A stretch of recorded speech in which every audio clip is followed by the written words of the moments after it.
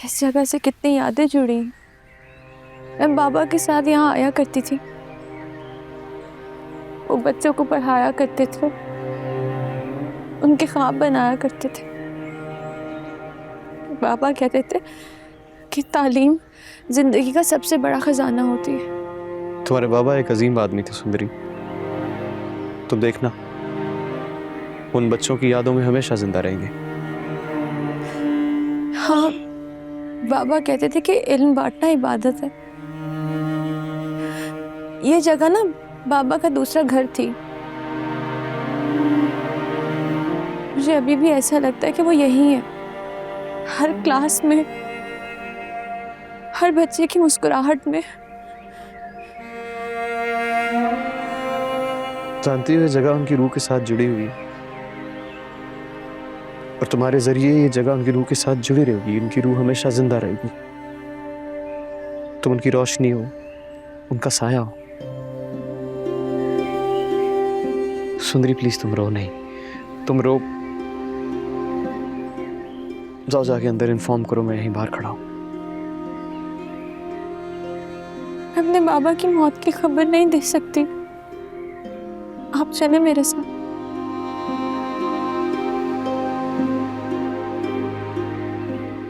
चलो। तुम्हारा बेटा मुर्दा पैदा हुआ था। साहब जान के मुंह से सच निकल चुका है। अब तुम भी मत छुपाओ, बता दो मुझे मेरी बेटी कहाँ है। झूठ बोलती है ये, ऐसा कुछ नहीं हुआ था।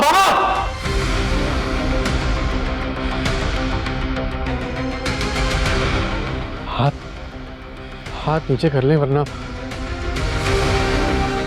वरना वरना क्या करोगे तुम? इस उठे हाथ को किसी को रोकने की जरूरत नहीं है।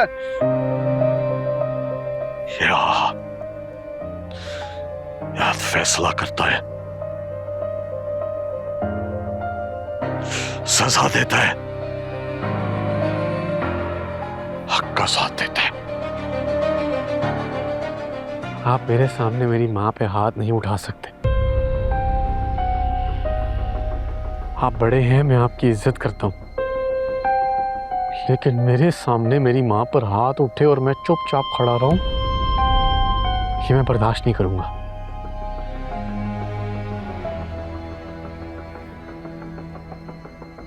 सबकी अपनी अपनी ताकत होती है, लेकिन जरूरी नहीं है कि हर इंसान आपके राजों का बोझ आपकी ताकत के साथ उठा सके। मर चुकी है वो।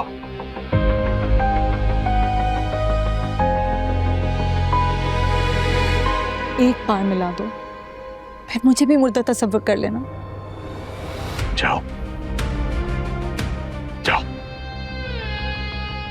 जाके ढूंढ लो उसे पाकिस्तान के कब्रिस्तानों में। मुझे ना तुम्हारे शौहर का कुछ पता है और ना तुम्हारी औलाद का। आखिर मेरे आंसू तुम्हारे पत्थर दिल को पिघलाते क्यों नहीं?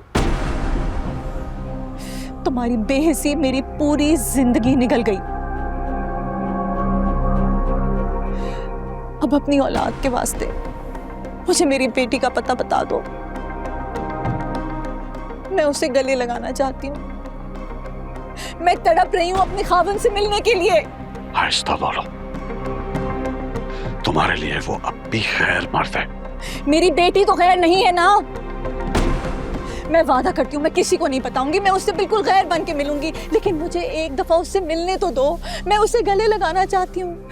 आवाज नीचे करो, आहिस्ता, दीवारों के भी कान होते। जाओ और जाकर एक बार फिर अपने आप को उस कमरे में दफन कर दो, क्योंकि अगर तुम बाहर रही तो हमारी इज्जत को मिट्टी में मिला दोगी और ये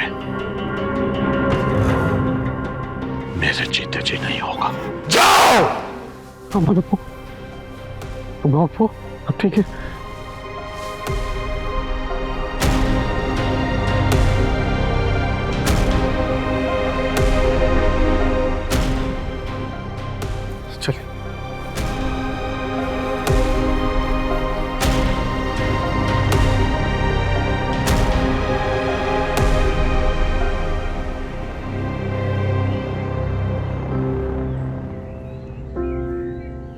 सुंदरी वापस आ गई। वॉशिंग मशीन नजर नहीं आ रही।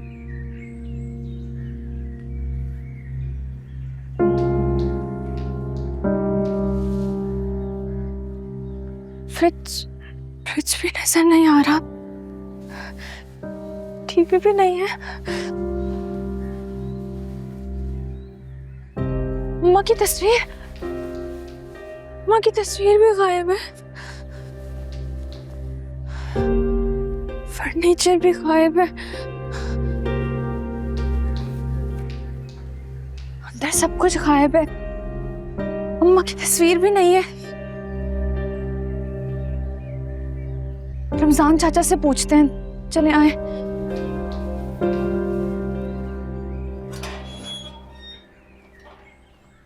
रुके रुके रुके, ये बास्केट मेरे बाबा की है। अरे ये तो मेरी अपनी है भाई। आप झूठ क्यों बोल रहे हैं? मेरे बाबा की बास्केट है।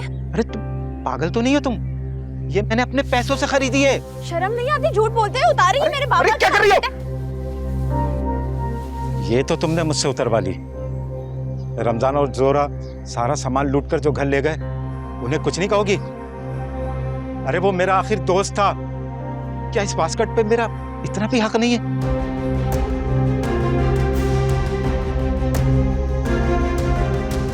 चाचा, डॉक्टर चले मेरे साथ। कुछ सुना है सरकार आपने? सुना है हमारे गांव की हदूद को बढ़ा दिया गया है। अब सराय गांव भी हमारे गांव का हिस्सा है। अब उसका नाम खत्म करके सुंदरगढ़ बोलने का हुक्म दिया गया सरकार की तरफ से। ये तो अच्छा हुआ ये इलेक्शन से पहले हो गया, वरना पता नहीं हमारे बादशाह सरकार वहां से जीतते कि नहीं। तुम जाओ। सरकार एक अर्ज करनी थी। वो मेरे मामे का बेटा वापस आ गया, बस यही आपको बताना चाह रहा था। उसे बोलो पढ़ ले, हमारे पास उसके लिए कोई जगह नहीं। ऐसा ना करे सरकार, वो अपने घर का वाहिद कफील है। अच्छा, वाहिद कफील है तो जब मैंने कहा था कि पढ़ाई कर ले या नौकरी कर ले, तब क्या हुआ था? सलाम के लिए हाजिरी चाहे सरकार। सरकार ये उसका आखिरी इम्तिहान था। अब कोई इम्तिहान नहीं देगा। ठीक है, बुलाओ उसे इधर। जी सरकार।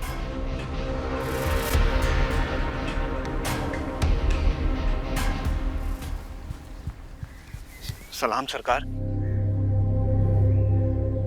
चल ठीक है, पीछे हट, खड़ा हुआ।